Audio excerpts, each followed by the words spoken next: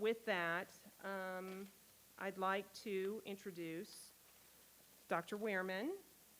Margaret Wierman, MD, is a professor of medicine. Dr. Wierman is a translational physician scientist whose research has been in the molecular mechanisms of pituitary tumors and adrenal cancer. She directs the pituitary and adrenal tumor program at the University of Colorado.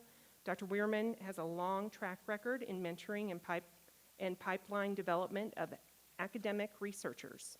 She received the Woman in Endocrinology Mentor Award and the Endocrine Society Laureate Mentor Award from the Endocrine Society. Dr. Wierman is the immediate past president of the International Society of Endocrinology and is passionate about its vision to provide endocrine science and education globally.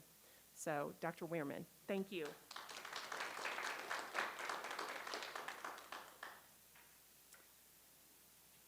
Okay, I think you guys can all see the slides. I can't point, I'm going to try to point on the computer. My name is Maggie Wierman, and with Dr. Lily High, we run the pituitary tumor program at the University of Colorado. And we are passionate about clinical care, about education, and about research, because we still don't understand what causes pituitary tumors.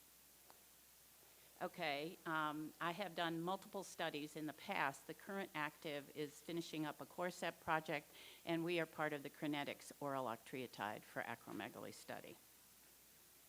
So where are we in 2023 related to acromegaly? And I think this slide is pretty cool about the initial description of patients with acromegaly in the 1500s, the classic description of the twins, and Kevin may tell you a little bit about more of that. Then after Harvey Cushing's was removing tumors, the entire pituitary, patients died because they didn't know how to give back hormones. And so it was abandoned and radiation was used. Then TSS was revived in the 70s. The first medications came out, dopamine agonists, which aren't very effective, but were the first therapy.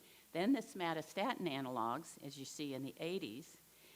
John Kopchak was famous for the first description of an inhibitor of the growth hormone receptor, pegvisomant. And now we're in the omics area, where we're trying to do personalized medicine and know more about the different subsets, types of growth hormone tumors, and how to pick the right drug if surgery fails. And the first thing, take home, is pick your surgeon. So also, we've had more data about the prevalence and incidence of acromegaly. It was thought to be extremely rare, and it's not common. And I know this slide is hard to look at, but if you look just at the boxes in the top upper panel, it's the prevalence of acromegaly.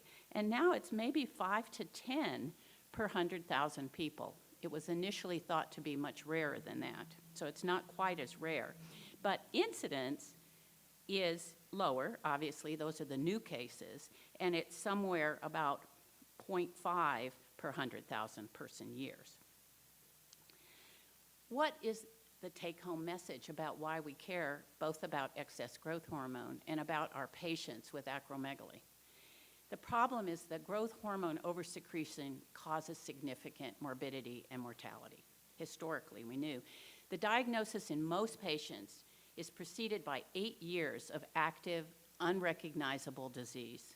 And patients, we always ask, bring your pictures, because only on retrospect can we start to see when the tumor probably developed. There's also a doubling, or historically, we'll come to the newest data, was a doubling of mortality rates due to cardiovascular, cerebral vascular, that's brain, metabolic, and respiratory complications. And some questions about cancer morbidity. And we were taught for many years that there's a 10 years reduction in life expectancy if we don't normalize the IGF-1. So the goal is a normal IGF-1. Now, this was the original study back in 2004 that said that if you look at the top slide, that if your IGF standard deviation score was less than 2, you had a pretty good, it was consistent with the normal population. However, if the score was less than 2, you had this progressive decrease in life expectancy. The newest data in the right side shows how much better we're doing. Before 2001, about 50 to 60% of patients had uncontrolled disease, and that's why we saw the side effects. Now, in the latest data, and it's still not new data, but from 2010 to 12, it's more like 25%, and we can do better. Now, one area that we've been very interested in is, can we predict, based on the histological type of the tumor, which patients have a more aggressive disease or are going to be responsive or not responsive to surgery and to the different medical therapies? And what this slide shows you is that there was initially description by the Japanese of an electron microscopy finding. We can't do that, it's very expensive. But we can use something called CAM 5.2, and your pathologist should be doing this on all tumors. And what they've noticed, there's your arrow, in the top, that SG, see the little brown dots? The names don't match the pictures. I apologize, because it was described by electron microscopy. But the little dots are cytokeratin, and they're called a sparsely granulated tumor.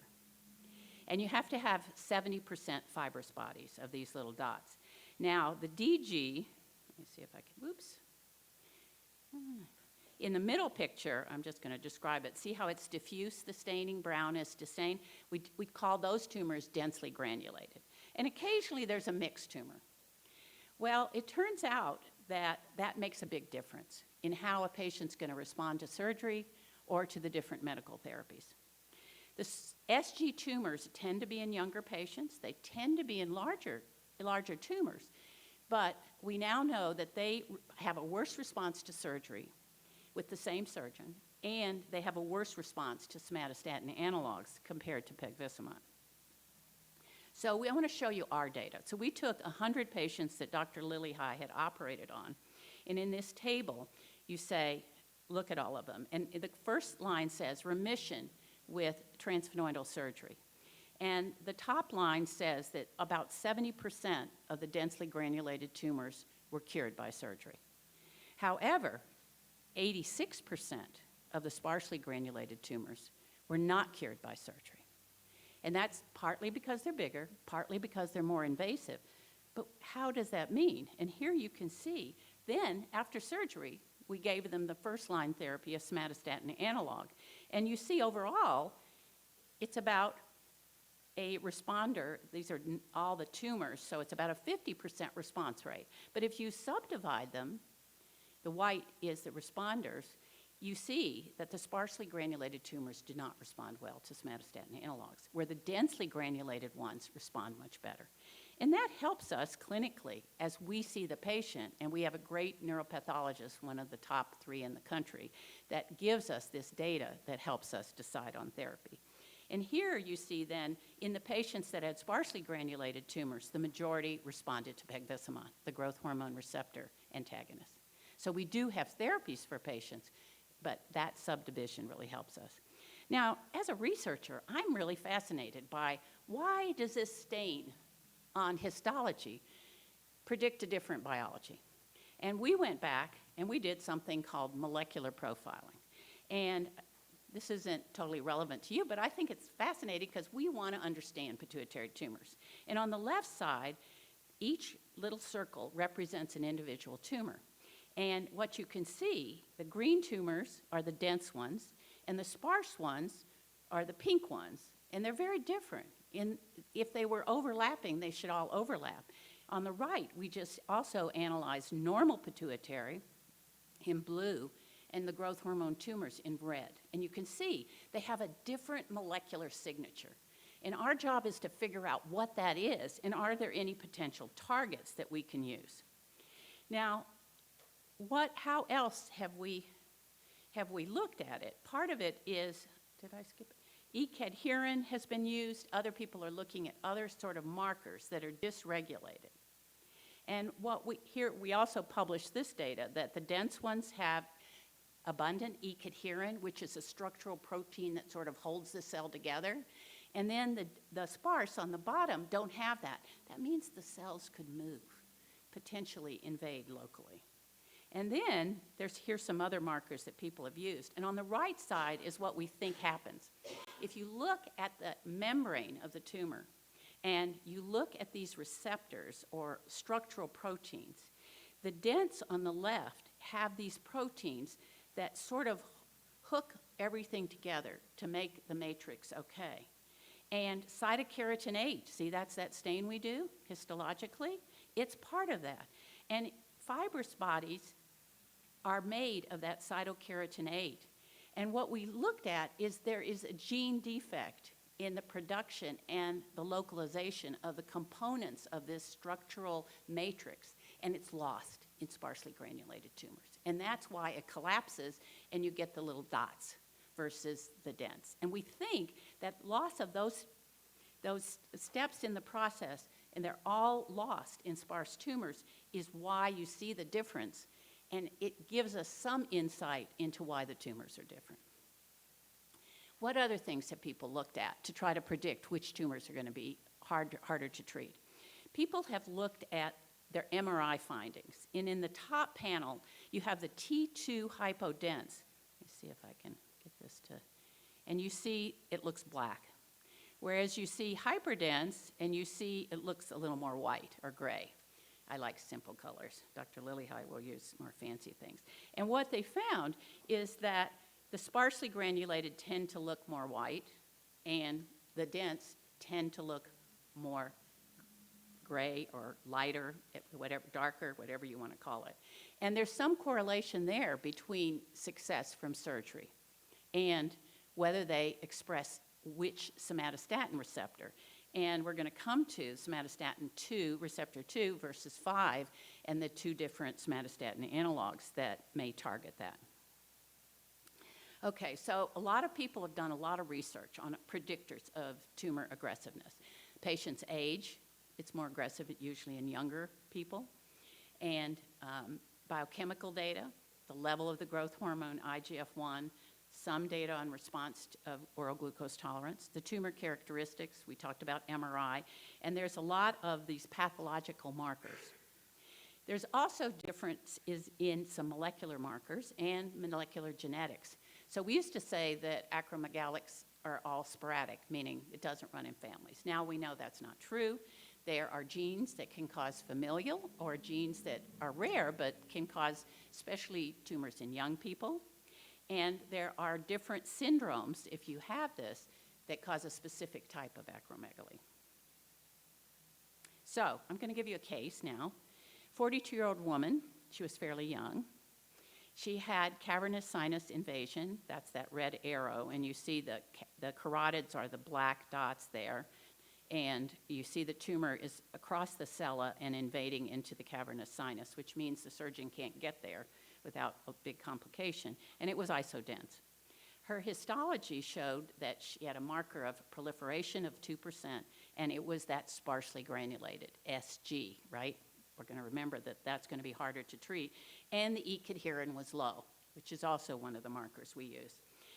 Prognosis, a likely aggressive tumor or one that's going to need additional therapy. So there are many different tables like this that tell doctors how to approach patients with acromegaly, and all of them start with picking your surgeon. The better resection you get, the better response you have long term, whether you need medical therapy or occasionally radiation therapy. But there are a lot of drugs out there that we can use if the surgery is not complete. And can we be better, as I think, in picking the right drug for the right patient? So I'm sure many of you have heard about the different kinds of drugs, but that's what I'm going to review first.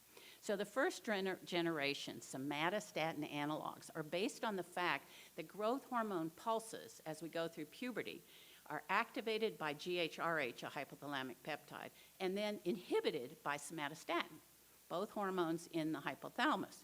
So they created somatostatin analogs to keep the growth hormone pulses down. The initial ones only lasted less than 2 hours, and people had to take 6 or 8 shots a day. Then they created monthly ones, and now we have the two major ones are octreotide LAR and lanreotide.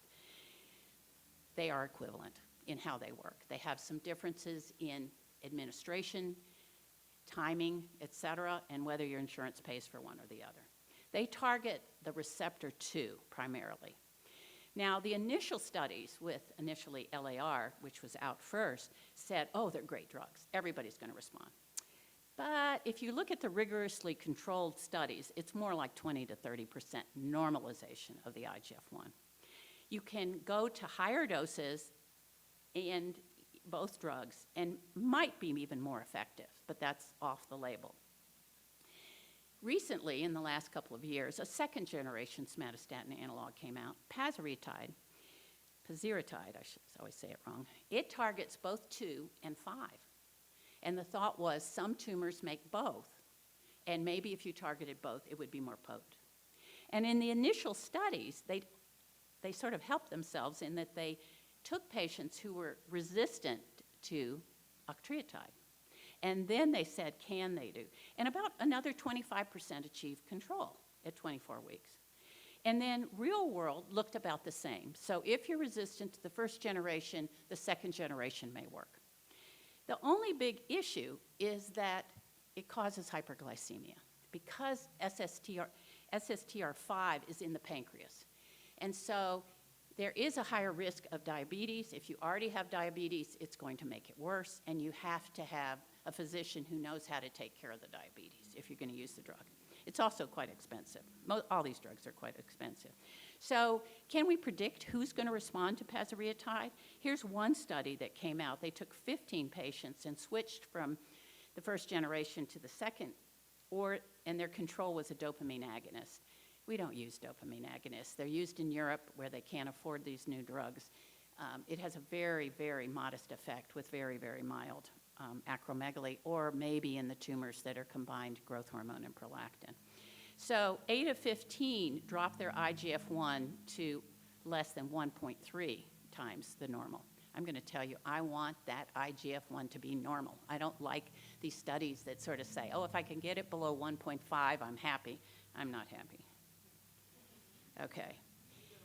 Neither are you. And I think symptomatically you won't be. So, as I suggested, a lot of the sparsely granulated and some of the densely granulated are going to need another option. Somatostatin analogs work great in the right patient, and we now have oral ones. We'll talk about that. But you often need to use, in difficult patients, a different approach, and that's pegvisomant. It's a blocker of the receptor of growth hormone. So the growth hormone comes from the tumor, it goes to the liver, it's going to activate IGF-1, which causes all the side effects, and you're sitting on that. So the growth hormone levels actually go up a little bit. So you don't follow growth hormone levels if you're on pegvisomant, you follow IGF-1 levels. It has also a high efficacy when you combine the two drugs. The cost is very high, but there are certain patients that need both drugs. Most patients respond to this drug. If it was cheap, we would use it even more. So it's very good. It's a very good drug. It's a daily injection, where these other ones are either 4 weeks, 6 weeks, or 8 weeks. So it's a little different, but it's a tiny little needle, and it's used. So there are patient-specific, age, gender, BMI may affect things. And you need to have somebody who knows how to use these drugs when you're taking care of them. So if we go back to another potential way of deciding what, this slide is sort of hard to read. Ooh, very hard to read on that slideshow. Anyway, on the left, if they're SSTR5 positive and your pathologist does that stain, they actually might respond to pasireotide as first line. If they're SSTR5 negative and E-cadherin negative, and that CAM 5.2 is the little dots, they're going to need pegvisomant, most likely. And then on the right, you're going to have the combination. And there are these resistant tumors that need both drugs. Okay? And then, if the medicine isn't working, or while the medicine is or isn't working, we do have to suggest whether patients are ready for radiation versus long-term costly medical therapy. And so we go back and forth on that, young versus older, the location of the resistant disease, et cetera. So there are lots of things in the pipeline, and we can ask during the questions about that. People are doing different things. This was an earlier slide, but we now have oral octreotide. That's the Mycapssa, I can always say it wrong, and it's available. It's a twice-a-day medicine. You have to have fasting before and after it. But in a patient with mild residual disease, it works really great. There's a new drug coming out that Crinetics is working on, that we're part of that study, and it's a once-a-day somatostatin analog, and it works very well. And so I think you're going to be hearing, this is one of the slides from the early data, and they have durable response. Now, they selected, of course, people who only had mild residual disease. So it's unclear if you have aggressive disease, if the oral drug is going to work as well as, there's no head-to-head comparison yet that I'm aware of. And here are the new ones that are coming down. People are trying to look at molecular ways of using an oligonucleotide for the growth hormone receptor. Sort of this would be a oral, this is also sub-Q, I'm sorry, but instead of pegvisomant, would it be better? They're looking at targeting dopamine receptors, which is the prolactin gene, but the growth hormone tumors have that. And again, maybe you could combine that. And then, of course, for very aggressive or the very, very, very rare patient who has a cancer, these tumors are usually not. We have temozolomide that has some effect, and they're looking at some other things down the road. So let's go back to our patient. 4 months after her surgery, she had an MRI, and she has some residual disease. If you look at that picture on the right side, you see around the black dot, which is the carotid, there's still some tumor there. That's her residual disease. All the cellular disease is gone. He did a great job. And here we see her follow-up over 10 years. You see pre-op, her IGF-1 was 990. Post-op, it didn't drop very much. Remember, she had a sparsely granulated tumor, and it was invasive. And then we wait till 3 months to decide on which medical therapy and see if there's sometimes it drops with time. And initially, because insurance companies make us usually do this, we started with lanreotide 90, one of the somatostatin analogs. We went to 120, and we said, hey, this is not going to be controlled long term, and we're going to give her localized radiation, STR, not generalized radiation, for that residual disease. We added pegvisomant at 6 months, and we see the slowly decrease. And as the radiation kicks in, you see that her IGF-1 normalizes, and her IGF-1 is now at 10 years normal. And eventually she'll come off all medications. So to emphasize, the somatostatin analogs, they're equally effective. They work in about 40 to 60%. That was the initial things, probably less than 25%, depending on how you pick your patient.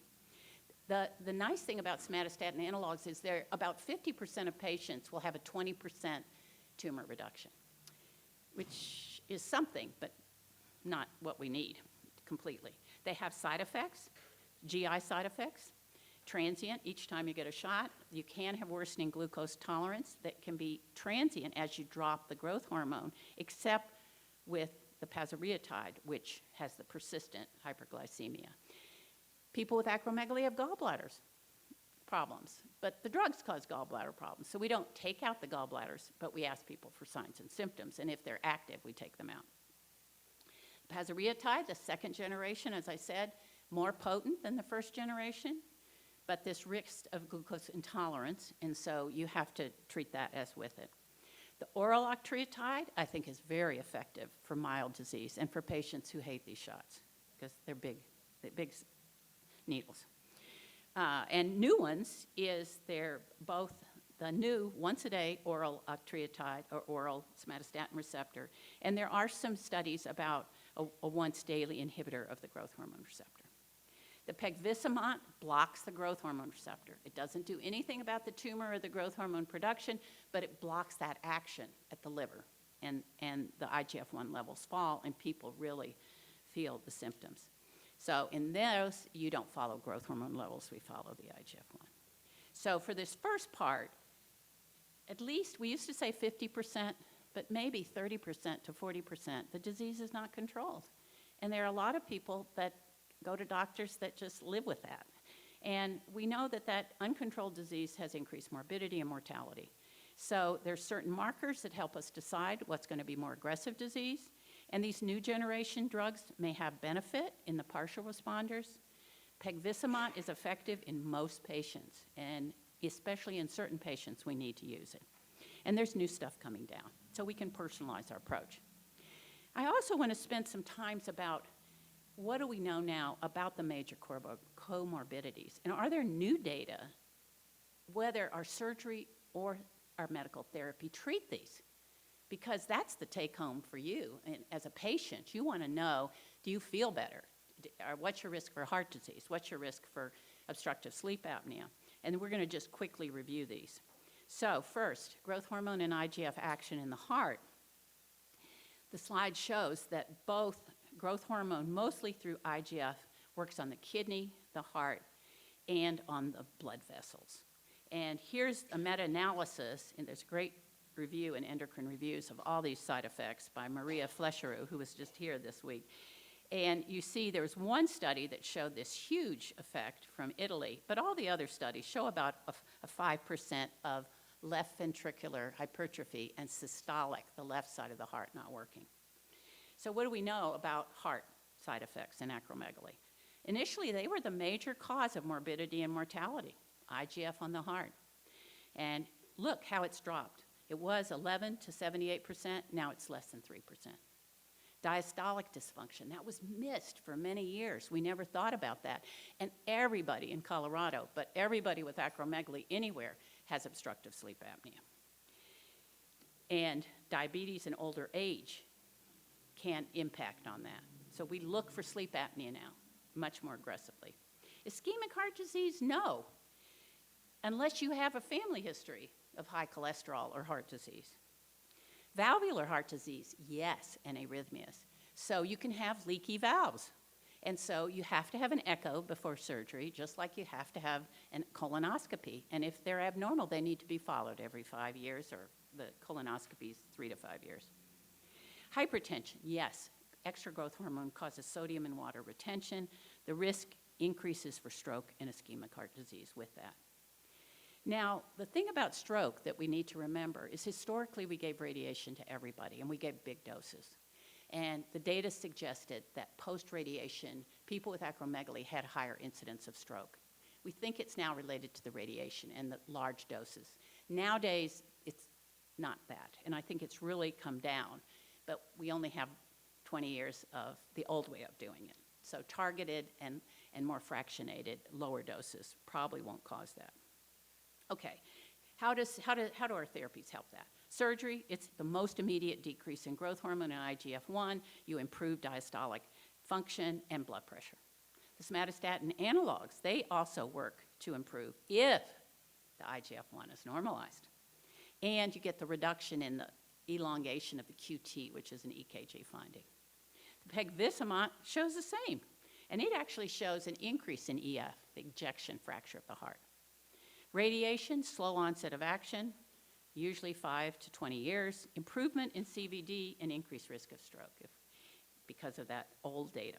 So, but there's no statistical, like I can't tell you it increases or decreases by 30% or fold, because that data is not available in the literature. Well, what about metabolic effects? So here is our metabolic hormones. We have adipokines from the fat, we have glucose uptake, we have insulin secretion from the pancreas, and we have the liver, which is making sugar and affects lipids.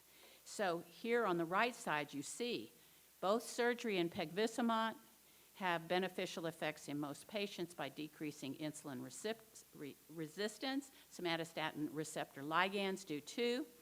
They work at different steps, and you see where pasireotide works.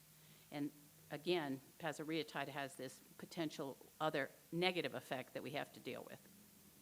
Okay, so metabolic effects in acromegaly. Do our therapies help? There's a balance between the beneficial effects of growth hormone normally on insulin secretion, but on IGF-1 on insulin action, and it has a negative effect on insulin resistance. So most patients with acromegaly have insulin resistance. The prevalence of diabetes, however, is variable. It's really dependent on your genetic predisposition, your BMI, your body mass index, the higher it is, the increase, and what your IGF-1 is and your age. Lipids, most patients have a high triglyceride and a decreased HDL, the good cholesterol. Not much effect on LDL unless you have a family history of hyperlipidemia. Treatment, surgery, yes for lipids, yes for insulin resistance. Early impaired fasting glucose abnormalities, reverse. But if you already have diabetes, no. Somatostatin analogs, again, the pasireotide, worse diabetes. But somatostatin analogs with pegvisomant, and that there, people are arguing if you need pasireotide, you should put pegvisomant with it to help the insulin resistance. But how do we approach anything related to metabolic issues? Your doctor should be treating you like anybody else who has hyperlipidemia or glucose intolerance. Respiratory, patients with acromegaly have either obstructive or central sleep apnea, or both. So again, a huge increase, and it was missed for 50 years, and only in the last 10 years are we looking for it. Disease control results in a decrease in tongue size. The treatment improves many symptoms, but not always. So about 40% improvement. Other risk factors for the sleep apnea and pulmonary things are age, obesity, smoking, sex.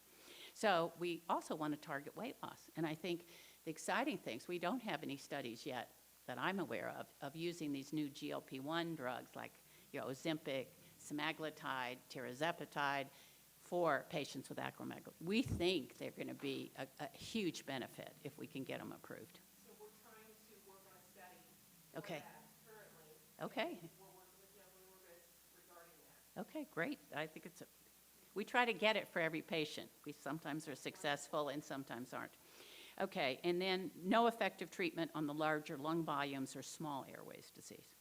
Bone health, this has always been controversial because growth hormone is good for the bones. So wouldn't you think people with acromegaly would have great bones? But it turns out the microarchitecture is abnormal.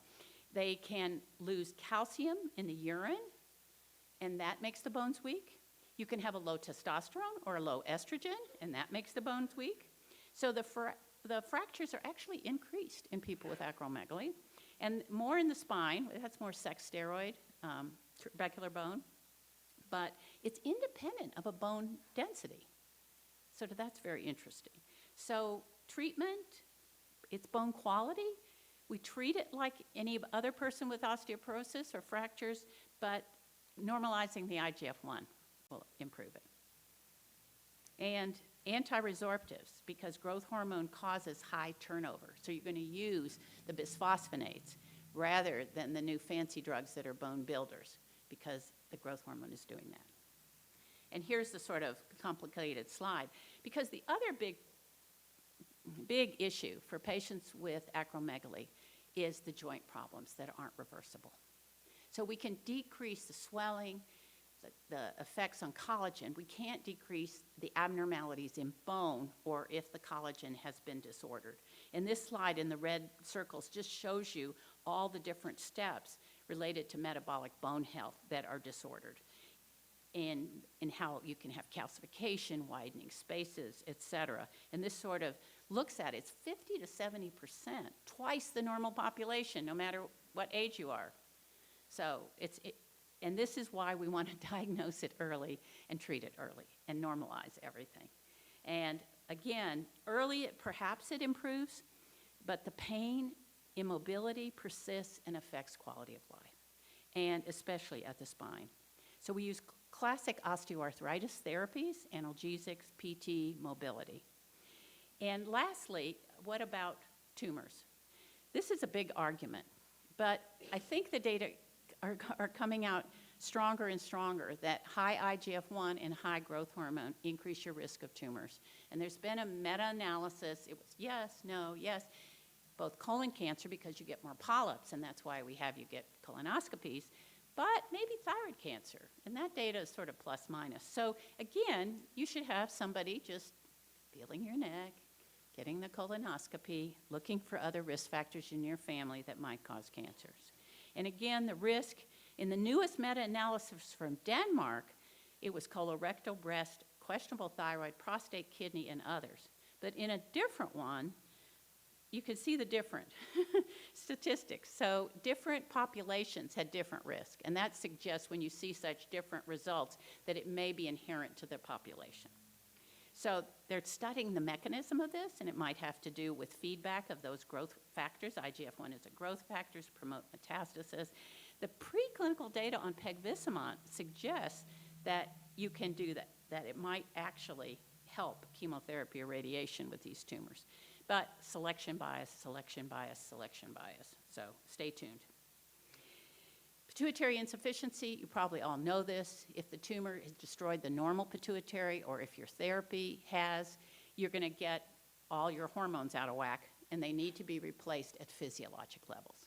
Central hypothyroidism, hypogonadism, hypopit. Again, we don't give growth hormone yet for people who are cured, although there's studies ongoing now. And lastly, quality of life. Patients with acromegaly have a poor quality of life compared to matched controls at age and BMI. And unfortunately, it's with or without active disease, although there is an improvement with treatment. There's an acro quality of life scale, 22 questions, which some of you might have done. The one that comes up the highest is the arthropathy, the joint pain and pain. And it's much higher than if you had a non-functioning tumor or if you had hyperprolactinemia, prolactin tumor. So we know it's something to do, again, probably related to stigma, probably related to the arthritis, probably related to everything you're going through that other people don't have to go through. So decreased physical ability and functioning, social functioning, general health and vitality, headaches and neuropathy. Psychologically, poor body image, cognitive function, depression, and the high BMI makes it worse. So adverse effect, but not enough data yet to say if medical or surgical or radiation improves this. But we want to look at that, and that's what all the companies are starting to study. Can we improve quality of life? Now, this is the great exciting news. So here are the data on biochemical control and biochemical control with or without medical therapy. And the bottom line shows 1-year, 5-year, and 10-year data. And we are going better. So it's not just 50%, 60%, up to 80% at 10 years. So that's really exciting. And if you use the medical, it's even higher. So we are doing better than when I trained at Mass General, 30 years ago. And mortality rates are changing. Look at the top. Here were the data initially, and now look where they're coming. If you have appropriate therapy, your life expectancy is the same as anyone else. That's an important take-home. So here's the sort of all back to the patient, the long-term sequelae that we've been all talking about that we have to target. And if we know more about what causes these tumors and we can target with new therapies, we'll even do better. Cost, big issue. Big issue to you, to us, and they only get more expensive, all the new drugs that come down. And you can see per year the cost of having uncontrolled acromegaly is much higher than having controlled. So we treat, but something to think about. Clinical challenges, rare disease, large tumors, comorbidities, cost of surgery, cost of medical therapy, cost of surveillance. Research questions, we don't have a preclinical model. Our lab and the rest of the world has tried to make a human pituitary cell line that makes growth hormone that we could study new drugs. And none of us have been able to do that, and the NIH does not fund pituitary tumor research. Advocate for us. Advocate so that we can do research that helps patients. The funding is very limited. And lastly, and I'm sure Kevin will show this is our team. We are very lucky to have outstanding endocrinologists, neurosurgeons, radiation oncologists, amazing neuropathologists, neuro-ophthalmologists, neuroradiologists, and amazing coordinators, Angela Grant and Rachel Kogan in neurosurgery, who's not here. And with that, I'll stop and be glad to answer a couple questions.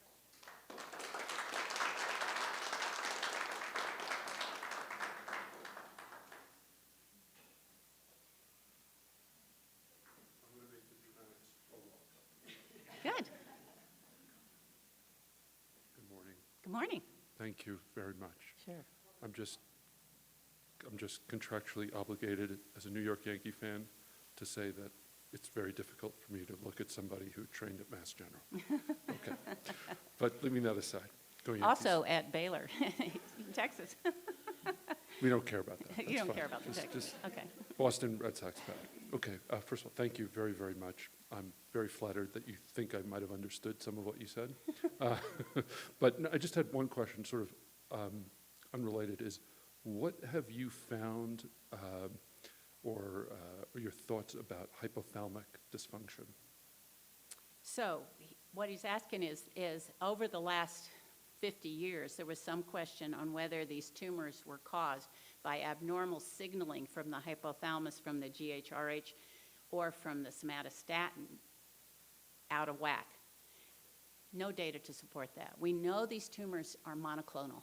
They come from genes that are abnormal in one cell and then grow and don't listen to normal feedback to stop growing at a mitotic rate. And that's why they're not cancers, or rarely cancers, because they're adenomas. They just grow in hypertrophy, and they get into trouble because of the abnormal hormones they make, or the size smushes the other signals, and that causes the problems. But right now, we don't have any data to suggest direct cause by hypothalamic dysfunction. So I actually meant something a little different. Okay. I apologize. No. My terminology is just incorrect. So I've learned that like appetite control, whether you're tired or awake, sensitivity to heat and cold and other things like that are all things AFib, all things controlled by the hypothalamus, Right. and that some people with acromegaly, suffer from a variety of those different things, which might signal hypothalamic dysfunction. Is that generally Yes, correct? yeah, I think that's a fascinating question. Yeah. I personally don't know if the POMC neurons or the appetite control, the things that are sort of targeting now for the GLP-1s and things, are affected by growth hormone. I actually don't know that data, but I definitely know there must be some crosstalk, because all the things you're describing are dysfunctions at the hypothalamic level in some feedback to all those centers. And they're not the nuclei that the GHRH or somatostatin comes from. It's other nuclei in the hypothalamus. But that's very interesting. I don't know if I don't think IGF-1 gets into the brain. IGF-1 is made in the brain, so there may be some dysfunction there. But I don't know of anybody doing research on that. Could it be caused by surgery? No. No, so that wouldn't be the cause of it. No, Okay, thank I you. don't think Thank so. you very, very much. Yeah? Okay, hello. All right, so I've got a question from Nina online, and it just scrolled away, of course. Sorry, go up. All right. So if somebody has been in biochemical remission for 7 years due to image-guided radiation therapy that happened 11 years ago, and they're postmenopausal for 5 years. Oh my God, this is so long, Nina.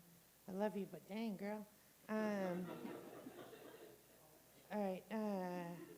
Okay, I'm just going to go right to the question. Is the joint laxity and dysfunction really from the acromegaly, or could it be from another disorder like EDS? What's EDS? What is EDS, Nina? Oh, I'm not an expert on that disease, but I'm saying that I find that a lot of people are getting diagnosed with it that don't have it. Here's a molecular test for it in collagen. So, joint laxity, arthritis, worse in women than men. Worse with estrogen deficiency. Look at me, in everybody. But when you have an abnormal joint and you've had acromegaly, it's going to be amplified. So if it's not contraindicated in women who are estrogen deficient, you give them back their hormones. Not as much data about men and giving back testosterone, but the laxity in the joint may be improved. But once it's destroyed, it's sort of destroyed. That would be my answer. Which is fantastic. Which is fantastic. I Yeah. know. So sorry. Estrogen, okay. Yeah, me too, Nina. My joints are jacked. So that brings me to a question that just popped up. So, right, you were talking about that you can treat the arthritis as well. Yes, get the IGF-1 under control, and then once it's in control, how would you treat arthritis if it's still An an issue. issue? Remember, this isn't rheumatoid arthritis. It's not an autoimmune arthritis, so all these new immunotherapies don't work, targeted therapies. It's degenerative arthritis. It's the football player. It's the tennis player. You are having all the joint issues. So many patients with acromegaly have multiple joints replaced. Initially, you treat it just like other things. We try to avoid too many NSAIDs, ibuprofen, naproxen and thing, but you use that, Tylenol, physical therapy, heat. I'm not a rheumatologist, so I'm not the world's expert on treating DJD, but that's what you have to use. So would it be recommended to find a rheumatologist to work with? Well, that's interesting. There aren't enough rheumatologists, and they like to take care of the ones that they can improve, right? So they tend to focus more on rheumatoid arthritis than they do on degenerative arthritis. A lot of physical therapy people, primary care doctors, often have good solutions, or usually in each community there's somebody who'll take care of patients with degenerative arthritis. It's usually primary care, but sometimes you can get a rheumatologist that focuses on those things. Yeah, we can talk about that.